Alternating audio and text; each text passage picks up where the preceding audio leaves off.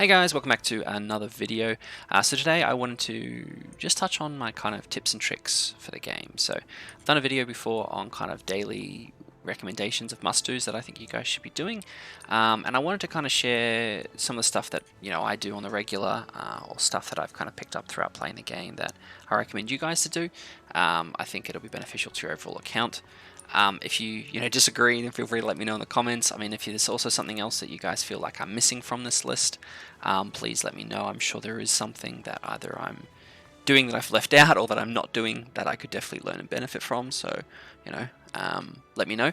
I think this is going to be a bit longer video than I kind of expected it to be because there's a few things to cover off, but let's get stuck into it. So, first thing is the weekly must-dos. So I've done a video on the daily must-dos as I mentioned, but I do want to touch on things that you should be doing kind of weekly and that reset every week. So the first one is the training grotto. I don't like the training grotto, if I'm honest with you all. It's probably my least favorite thing in the game.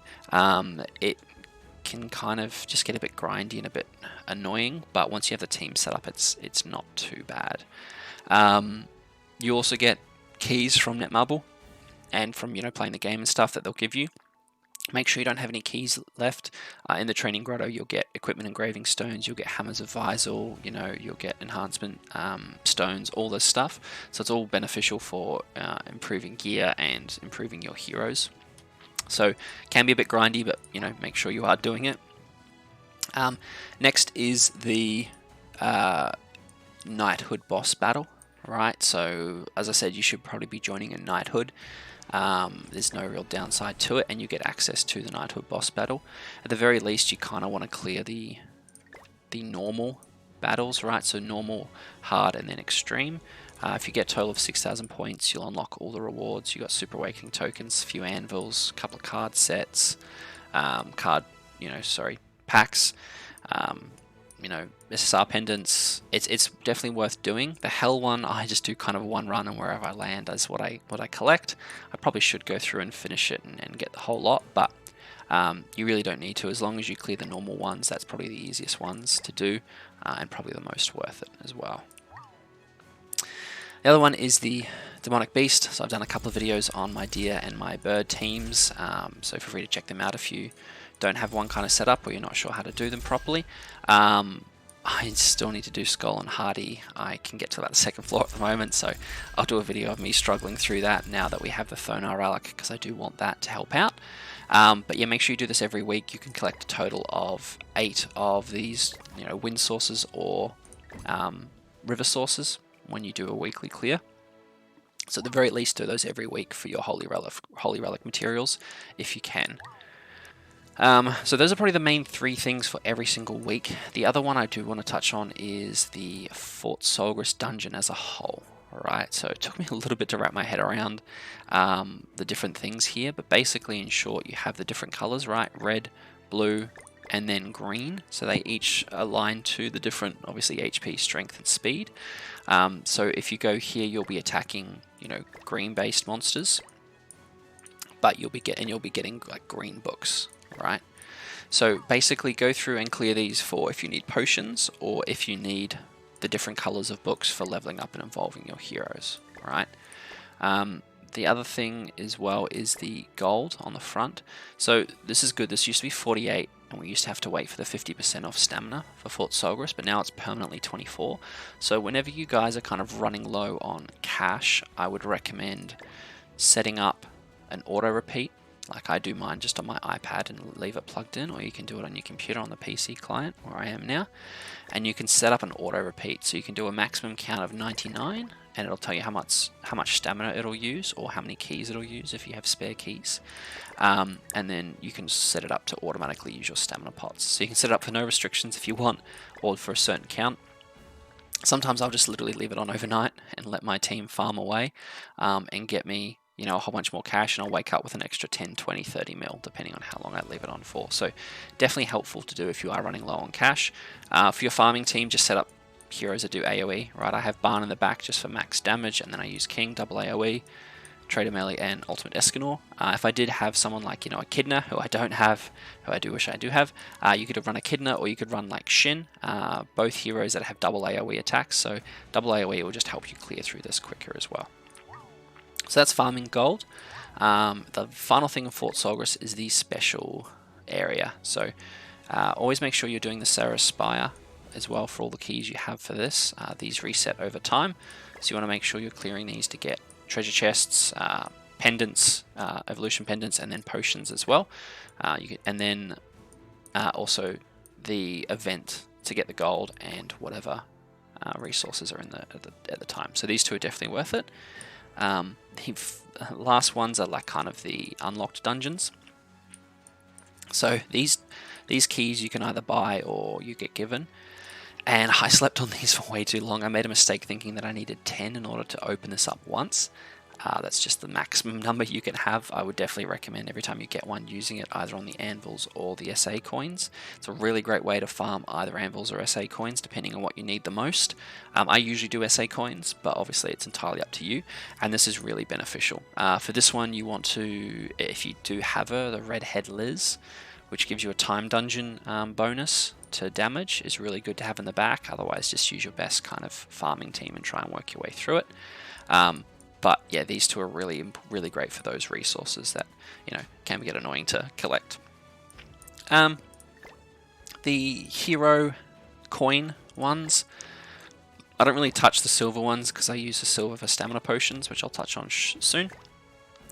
Gold one is potentially worth it because you've got the cosmetics, the weapons, and the outfit upgrades, which is always really beneficial. The final one is this one, and I don't recommend this one. 6 SSR hero coins is just not worth it. You can buy another hero with it, you can upgrade ultimates with it. Like if you have them spare and floating around and you don't use them for anything else, then sure, but I think there's better ways of using it. But again, if they're yours, it's entirely up to you how you want to do that. But make sure you are clearing these at the very minimum. These are really beneficial, and I slept on these for way too long. Cool, so next thing is the Hawk Pass. So basically you get little scraps bowls for completing daily missions as well as the weekly missions, and then as you level up passes you get you know, some components, you get anvils. If you pay for it you get a whole bunch more, as you can see. You get some gold, so it's pretty beneficial. And then the main thing, the main reason why you want to do this is because of the loyalty shop and then the sacred treasure shop.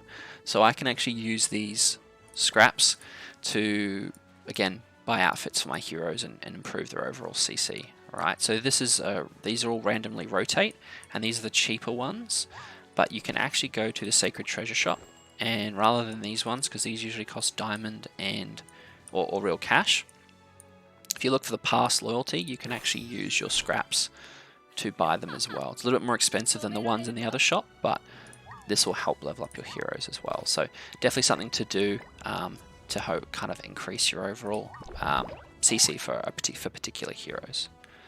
All right. Heroes wise, so when I first started out, I was investing in all heroes kind of equally.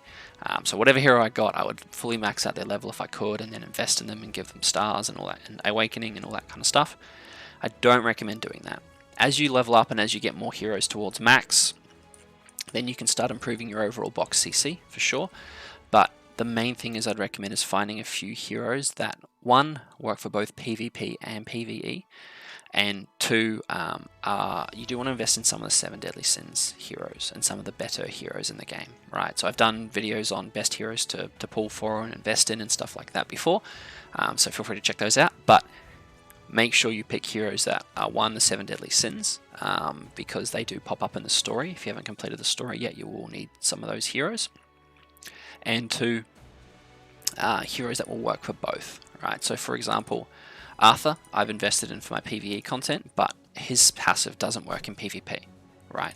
So he might not be the best one to have for all of that, right? And then for example, if you go to someone like Assault Melee, who I think is awesome, I loved his fight with Escanor, but his unique only works if everyone's a demon or commandment, right? And then it debuffs enemies. So that doesn't always work all the time. It works great if you have a demon team, but you might not always be able to run a demon team.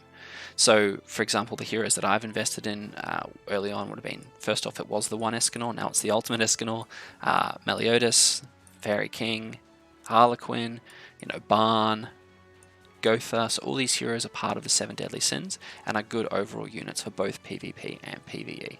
So make sure you're kind of using heroes that you can use for both.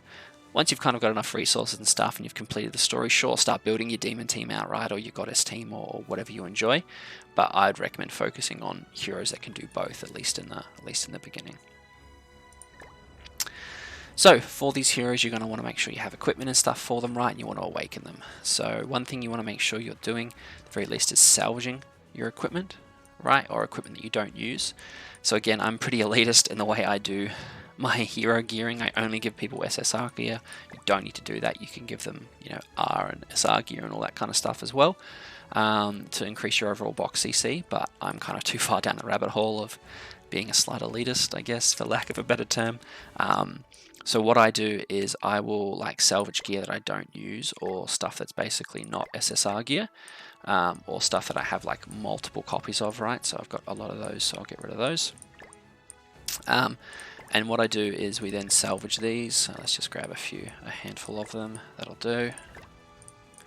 Salvage them, and what this will do is this will give me enhancement stones and also awakening stones. So then what you can do is you can take these awakening stones and you can go over to King and you can actually move these up, right? So you can exchange them higher for the stones you actually want. So the trade-off isn't great, it's like 6 to 1, but for me I only use these stones, right? Because these awaken SSR equipment. Whereas, you know, if you use other ones, then maybe you could use these, but like as you upgrade these, it'll allow you to basically have more of the awakening stones you actually need. The other stuff you can do is, I don't really touch either of these. I probably could, but I will often sometimes upgrade these for UR pendants, so I can level 100 a hero, and then obviously sometimes you want to do it full of books as well, to get the right book you need for evolving heroes. I would not recommend doing these because of something that I'm about to show you, which hopefully you guys know before I did. I only found out probably about a month ago that you should be doing this, but is the actual Fuse Awaken materials. So I just tried recording this video before, so I've already done it on a different recording, apologies, but basically what you can do is you can select multiple of these to invest, and once you get to 6,000 you get a full awakening token, basically, right? So you can include all your stuff, and what that'll allow you to do is, rather than if you want to awaken a hero, make sure you have all of these different, you know, pieces of equipment and resources as well as all this cash. You can literally just go full awaken and then fully awaken someone without any cost and using any of these equipment. So definitely worth it, and much better than awakening people 1 star at a time. All right. Cool, so with all these Fort Solgris things that I'm getting you to do, and, you know, farming gold and pulling all this stuff, the one thing that you're going to say is probably, hey Dan, I don't have a lot of stamina potions, or I need more stamina potions to do this, right?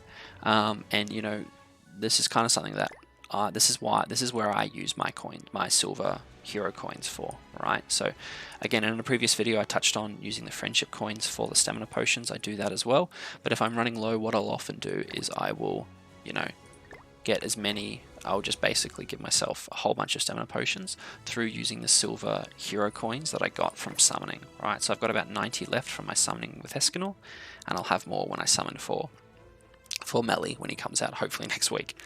So I'll use that to buy these, right?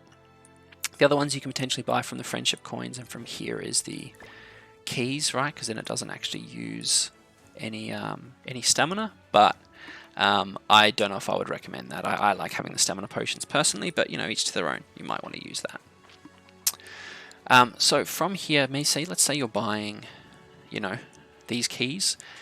You want to make sure your inventory is cleared out of these keys, right? So what I mean by that is, see, at the moment for my misc, I've just got these. Sometimes I'll have treasure chests here, so I want to make sure I sell all these to get maximum gold.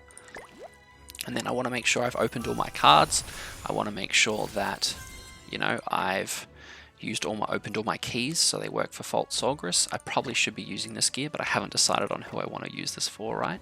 Like, this is just kind of wasted equipment that's sitting here that could be going towards my box CC and improving a hero's stats, right? So all this stuff like stamina potions is fine, like equipment keys, if I needed equipment I could use the rest of these to farm up. Same thing with the Fight Festival equipment box, right? Like all this stuff you can do through like shop and equipment and summoning, and this will give you equipment. So you want to basically make sure you're happy with how clear this is. I have a friend that was a hoarder and had like 40 keys for the dungeons here, and a whole bunch of cash sitting here, and then a whole bunch of different equipment and equipment keys that she should have used, and then that would have allowed them to improve their overall setup for the game. Right, so don't be like my friend. Make sure you clear all this out and make use of all the different equipments and stuff that you have. Cool, next thing is the artifact cards. So basically as you go through the game, you'll collect kind of collectible cards, right? And then each cards can make up a certain set bonus. So some of these set bonuses are actually really helpful, and then if you get duplicate cards, you can enhance these to become more effective as well. So if I don't have a whole bunch yet, I've only got 17 out of 33, but there's a few that I definitely recommend investing in, like this one. If you have it, this works really well during the bird. I've invested in these ones just because it makes the red demon and the other demon fights easier. Right, I got the goddess set to full because I enjoyed using the goddesses in PvP. So these artifact sets can actually be really beneficial for you in game. Worst comes to worst, you can just set them all to max out your combat power, but don't sleep on these. Make sure you are checking these out and investing in the ones that you want. Right, so there is one down here that is, there we go, so the demon ally is one. So I want to make sure that I'm probably going to invest in the demon team when the new melee comes out, so I'm going to basically level up this so I can increase my damage and decrease the damage taken. There's ones for the deer and all that kind of stuff, so make sure you check out that, make sure you're using those as well. Next thing is the Fight Festival shop and the Brawl shops and the PvP shops, right? So you can actually get them all through here, through the intermediary, right? He does the Fight Festival, the Brawl, and the Knighthood. The one thing that you can do at the Knighthood is every day you can actually go and give them 100 of any of the deathmatch demons resources, right? Whether it be the red demon head, whether it be the grey demon wings, whatever it is, you can give them 100 and you'll get 100 coins in return. So I always will do that. In fact, let's just show you guys. That's going to be easier. So I'll always go to my knighthood, and if I have excess, I'll always go to the shop. All right, so I'll always go to contribution, and then once it loads up. There you go. So I've used my daily contribution, but I'll go max and then throw in one of my resources, and then that will give me the ability to go to my shop and have an extra 100 here. So the ones that I like to get are like the Super Awakening coins, the SSR pendants, the anvils.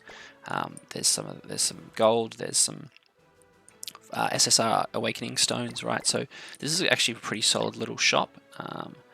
Even if you want to buy some of the stuff that increases your output of wings and stuff that you get from the demonic batch. I don't think I've done the maths on this. I don't think it makes sense. But stamina potions, right? All this kind of stuff is in that shop, which I find really beneficial. And same thing with the Brawl shop and the Fight Festival shop. So make sure you don't kind of sleep on those shops. For the PvP shop, I will kind of set out a bit of a disclaimer. If you are saving up for these cards are super expensive, so I don't really touch much from the PvP Fight Festival shop because I'm trying to save up for the 2 cards. I just bought the Melee card there. Next is the Margaret card, so I'm saving up for those. But the Brawl shop, again, you should be clearing every day like in my video, but this will also give you, full UI awakenings, SSR pendants, anvils, even equipment engraving stones and stuff as well. So make sure you're keeping an eye on that as well. While we're in the tavern as well, you want to make sure you grab your Vanya Ale every day, because then with your Vanya Ale you can actually increase this affinity here. Now the reason why I recommend increasing this affinity, which I've done on a few heroes but not all, is this will help level up, and you'll actually get a new cosmetic at the top of at level 5. So if you get more affinity increase elixirs or lots of Vanya Ales, you'll get to a point where maybe you'll get a new weapon, right? Or whether you'll get a new headpiece or outfit or whatever, and it'll increase the overall CC of those heroes as well. And look, with all these things of leveling up the CC of heroes and increasing your overall box CC, as it's called, right? Your overall power level for all your heroes. You'll actually get more and more constellations, right? Now, this is a very divisive thing in the community. Constellations can make it difficult. Like the higher your box CC, right, you get more increases in. So I'm up to 4 million, right? I get an increase of heroes HP by 12%. But if I'm at 10 or 12 million, I get a 15% increase, right? So, you know, every time you level up your entire account class, you'll get an increase to HP, and then each of these will give you an increase of attack, defense, and HP. So even if my heroes are, you know, completely maxed out like someone else, if they have a higher box CC and more constellations, they'll do more damage and out CC me. So constellations can be annoying, but make sure you are spending the gems that you get every time to level up your constellation. So you'll get gems just by basically getting more GP, which happens via leveling up people, you know, awakening people, basically just playing the game. Right, there you go, for acquiring and powering up heroes. So you use these stones within the constellations to level them up as well. And let's jump to the world map. Perfect, so the pop-up shop has appeared. So we'll go check out the pop-up shop. This is kind of more of a side piece which will help with getting more GP and leveling up and, you know, your constellations as well. But a pop-up shop will appear, I believe it's every day, and they often have different weapons and stuff in the shop.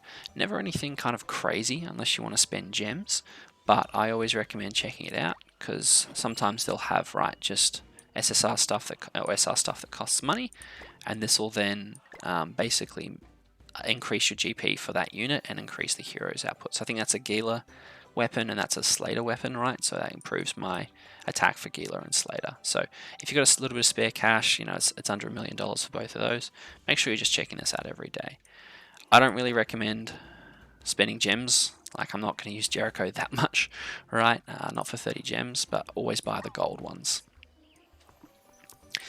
And lastly, you know, obviously we're in Darling's Dalamy at the moment. Make sure you've got level 5 on all the villages, right? So you want to make sure that each of your villages has level 5 and you've done all the different quests in all the different regions. As I mentioned in my diamond farming guide, you'll actually get a diamond for each of these in every area, right? So this is chapter 2. Make sure they're level 5, and then if I go to, you know, chapter 1, you want to make sure you're 100% here as well, all the way through. So that's pretty much it, guys. I'm sure, like I said, I've missed something, but those are kind of just my top tips and tricks for the game, and hopefully will kind of help round out your account and you know, speed up your progress. Like I said, if you think I've missed anything or you guys want to add anything, let me know down below. But as always, appreciate you guys, and I'll catch you in the next one.